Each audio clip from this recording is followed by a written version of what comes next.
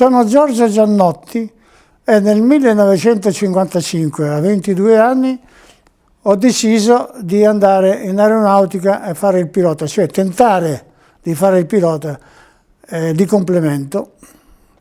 Ho fatto domanda perché è uscito un concorso e mi hanno chiamato ad agosto del 1955.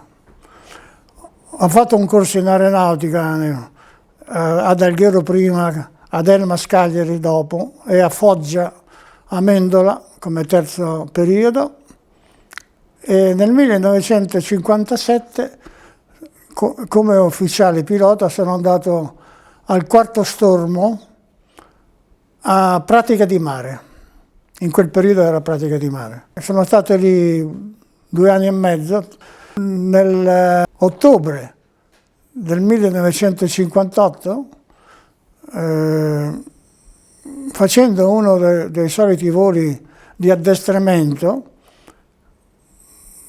sono partito quale numero 3 con l'F-86E in una formazione naturalmente di 4 piloti con a capo il capitano Savorelli. Il numero 2 era Ciro Sari, il numero 4 era Carone del corso Nibbio, mi sembra, dell'Accademia Aeronautica, che purtroppo è deceduto a Grosseto nel 1960.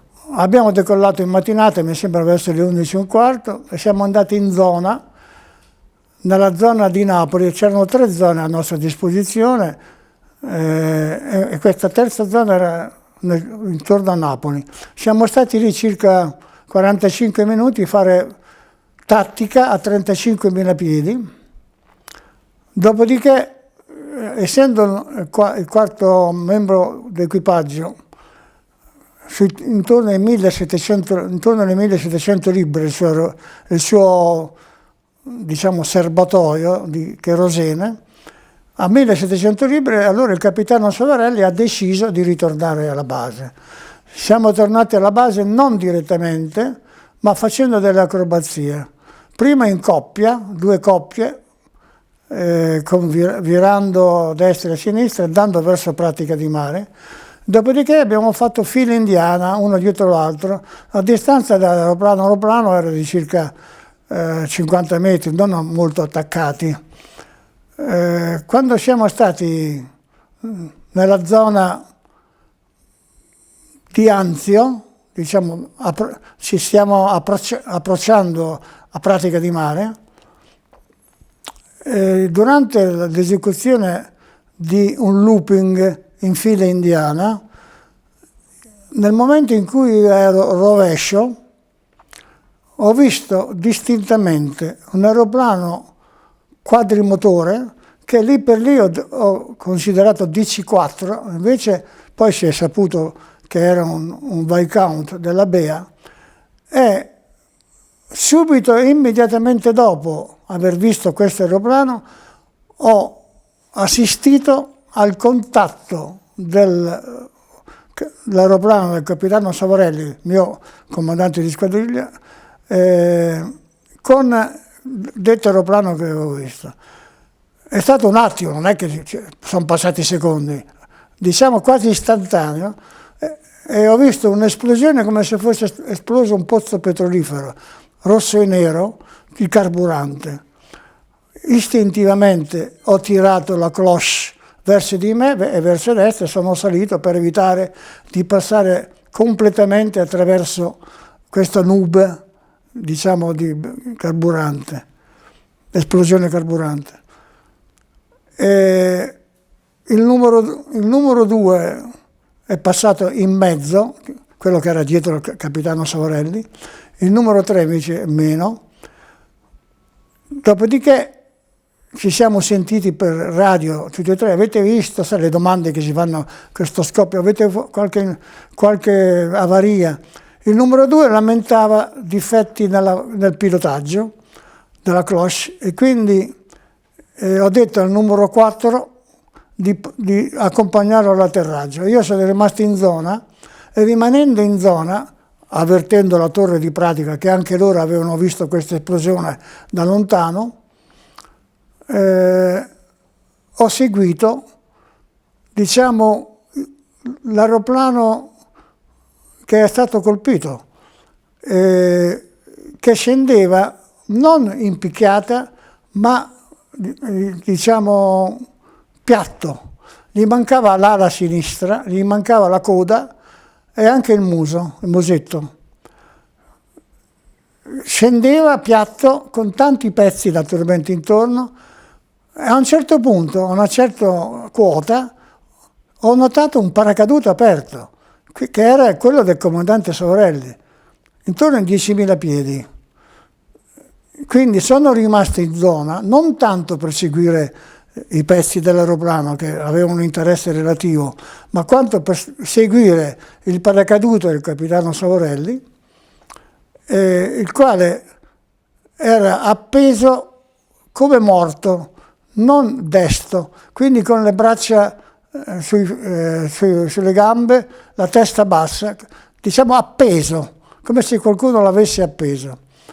L'ho seguito fino a che lui si è fermato, arrivando a terra, su un boschetto di alberi, tra gli alberi di un albero.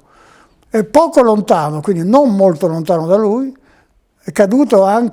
sono caduti anche i pezzi dell'aeroplano, il grosso pezzo dell'aeroplano, che è fumante.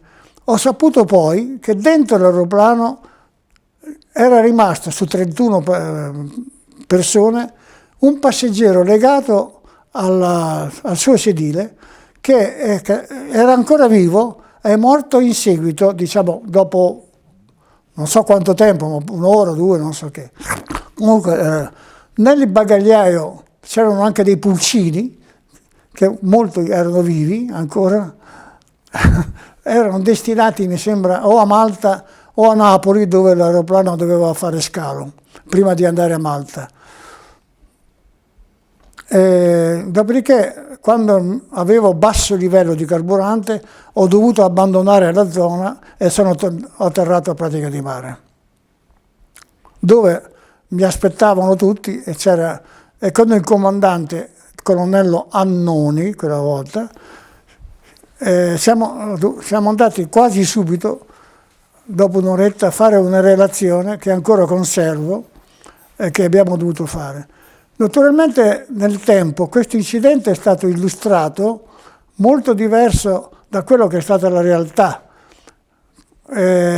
Tutti quanti, giornali, poco informati evidentemente perché non stavano sul posto come lo ero io, hanno sempre insistito che l'aeroplano del capitano Savorelli fosse andato a colpire il Viscount della Bea, che non era poi un DC-4 come io pensassi, ma invece è stato il contrario, è stato l'ala sinistra del Viscount che ha colpito l'aeroplano di Savorelli facendolo uscire, spellendolo e con tutte le conseguenze che poi sono avvenute. Il capitano Savorelli, dopo 8-9 mesi, quasi un anno, ha ripreso a volare. Cioè, si è ricoverato in clinica, una clinica che non all'ospedale, l'hanno naturalmente ingessato, è rimasto col gesso per tanti mesi, poi prima di toglierselo, o appena tolto, adesso non ricordo esattamente, no, appena tolto, ha cominciato a volare, ma non subito. Decollava e riatterrava per fare addestramento di nuovo sui comandi. Dopodiché ha ripreso a volare regolarmente dopo 8-9 mesi, come se niente fosse avvenuto. Apro una parentesi importante: essendo l'aeroporto di Pratica di Mare situato in una situazione critica, tra l'aeroporto di Pratica militare e Fiumicino, che stava per aprire, dopo un anno o due sarebbe aperta, quindi l'aerovia dove gli aeroplani passano sul mare, diciamo così, adesso fa Genova, Isola d'Elba, Ponza. In quel periodo, in quel frangente, l'aerovia invece faceva Genova, Elba, Ostia-Ponza, c'era una frequenza VOR su Ostia e gli aeroplani passavano a Ostia e andavano a Ponza. Quello che avrebbe dovuto fare l'aeromobile di cui stiamo parlando, della BEA, che è passato su Ostia, poi invece di girare immediatamente per Ponza, evidentemente, essendo stata una giornata bellissima, era sereno, avrà fatto una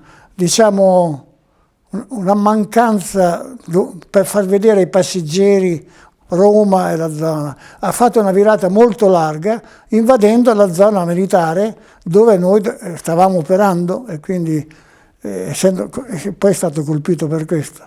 Adesso l'aerovia, dopo questo fatto, adesso per modo di dire, quasi subito, passa Genova, Elba, Ponza, evitando di passare. Naturalmente adesso poi Fiumicino è talmente attivo che sarebbe ridicolo farlo passare per. Quello che tutti quanti sbagliano è che non è Savorelli che ha colpito l'aeromobile, ma l'aeromobile che ha colpito Savorelli. Non è che cambi molto, ma per spiegare anche per quale motivo Savorelli si sia salvato c'è solo questo, perché se uno va con un aeroplano su un terreno, su un altro aeroplano o su qualsiasi altro ostacolo, chiaramente muore. Non è che si può salvare lanciandosi col paracadute. È stato colpito l'F-86E dall'ala sinistra del Viscount, il colpo che ha avuto dietro alla pancia ha fatto esplodere, come ho già detto, l'aeromobile, il tettuccio, le cinghie si sono rotte e lui è stato espulso. Evidentemente qualche cosa, non so perché il buon Dio forse l'ha guardato, gli si è rotto il paracadute dietro e il paracadute si è aperto mentre lui scendeva, si è aperta da solo. Ripeto, la sua leva di comando del paracadute era inserita. Quindi è stato tutto un fatto, chiamiamolo miracoloso, perché così è. C'è stata un'inchiesta che ha stabilito nettamente che chi era fuori rotta era l'aeromobile della BEA, che non doveva essere lì, essendo quella una zona militare. Tanto è vero che inizialmente dicevano che il fatto era venuto fuori dalla zona ed il vento, che secondo qualcuno, aveva poi portato, l'aeromobile che cadeva a foglia morta sulla terra dopo Anzio. Invece il vento non c'era, perché innanzitutto lo so io che non c'era vento, dopodiché basta vedere il paracadute del comandante Savorelli è caduto esattamente nella zona in cui è avvenuto il fatto, quasi verticale, non dico proprio verticale ma quasi, una leggera brezza, per cui non è che è stato trasportato al di fuori dalla zona in cui è stato avvenuto il fatto. E il vento non c'era, quindi l'aeromobile era fuori, rotta. Poi non lo dico io, ripeto, ma c'è stata un'inchiesta. Dopo questo fatto naturalmente molto molto importante, è stato deciso che l'aeroporto di Pratica di Mare e il 12° gruppo non potevano più restare lì, perché avrebbe impedito, non dico il volo, ma avrebbe disturbato e sarebbe stato disturbato anche dal fatto sia dell'aerovia, sia che Fiumicino avrebbe aperto dopo non tanto tempo le attività, per cui ci sarebbe stato un intralcio l'uno per l'altro, ed è stato deciso di trasferire il 12° gruppo a Grosseto, e a marzo del 1959, dopo pochi mesi, ci siamo trasferiti. Io ho anche il filmino del trasferimento che è molto divertente. Nel 1958 siamo andati a Grosseto, abbiamo detto. Io sono rimasto lì fino al 1959 purtroppo, perché avrei voluto rimanere in aeronautica, ma in quel periodo l'età consentita per passare dall'ufficiale di complemento a effettivo scusate, era aumentata, per cui io non rientravo nel concorso, non potevo fare il concorso per rimanere effettivo in aeronautica, allora ho deciso di andare all'Alitalia. Sono andato a Ciampino, in quel periodo l'Alitalia cercava come il pane i piloti che venivano diciamo, da jet, perché stava comprando il Caravelle e quindi voleva piloti, diciamo, adeguati, addestrati anche, con una certa anzianità. Siamo andati insieme a un mio amico Tommassoni, siamo andati a fare il colloquio, non hanno avuto dubbi, ci hanno subito assunti, non solo come piloti di seconda, ma come piloti di prima, con 2 strisce, per cui anche lo stipendio era adeguato, sarebbe stato adeguato, se non di più, a quello che era quello dell'aeronautica. Niente, ho dato le dimissioni e sono entrato all'Alitalia a novembre del 1959, ho fatto il corso, diciamo normale che fanno tutti di base, e poi ci hanno mandati a fare l'aeroplano su cui avremmo dovuto volare, quindi il Caravelle, ma il corso era a Parigi, per cui ci è costretti a stare 6 mesi a Parigi a fare il corso. Una sofferenza pazzesca. niente, ho fatto il corso Caravelle, da qui è cominciata la mia, diciamo, routine all'Alitalia. Dopo 4 anni ho fatto il corso comando sul Viscount, che è lo stesso aeroplano che ha colpito Savorelli, e poi di nuovo sul Caravelle a fare il comandante, mentre quando avevo fatto il corso era solo uno appena entrato, e poi tutta la routine, il Caravelle 19, 18 no, ho fatto il Jumbo 747, DC-10 e 747. Basta, a questo punto sono arrivato qua.